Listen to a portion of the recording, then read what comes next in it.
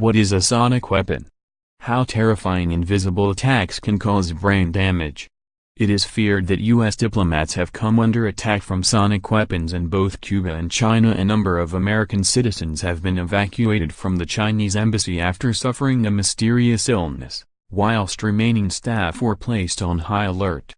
And last year 24 U.S. diplomats and their family members in Cuba were left with brain damage following incidents linked to abnormal sounds.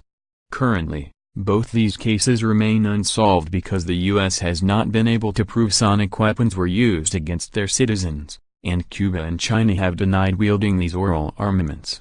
Invisible attacks can cause dizziness, headaches, tinnitus, fatigue, cognitive issues, visual problems, ear complaints and hearing loss, and difficulty sleeping, according to an alert sent to staff working at the U.S. Embassy in China last week.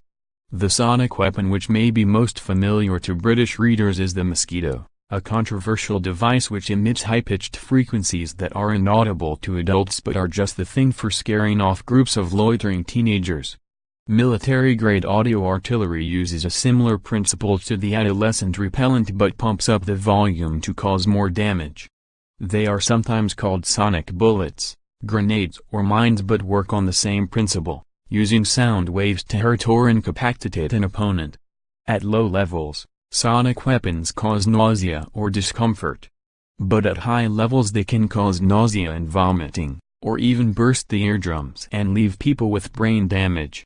Theoretically, turning ultrasonic sound up to 11 could kill people.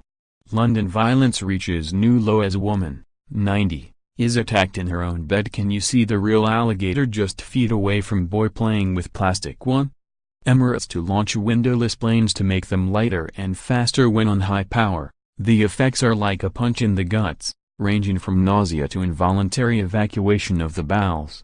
Ian Clowan, professor of computing at the University of Kent, wrote on The Conversation. Of course, the U.S. is famous for using sounds during warfare and also to torture people.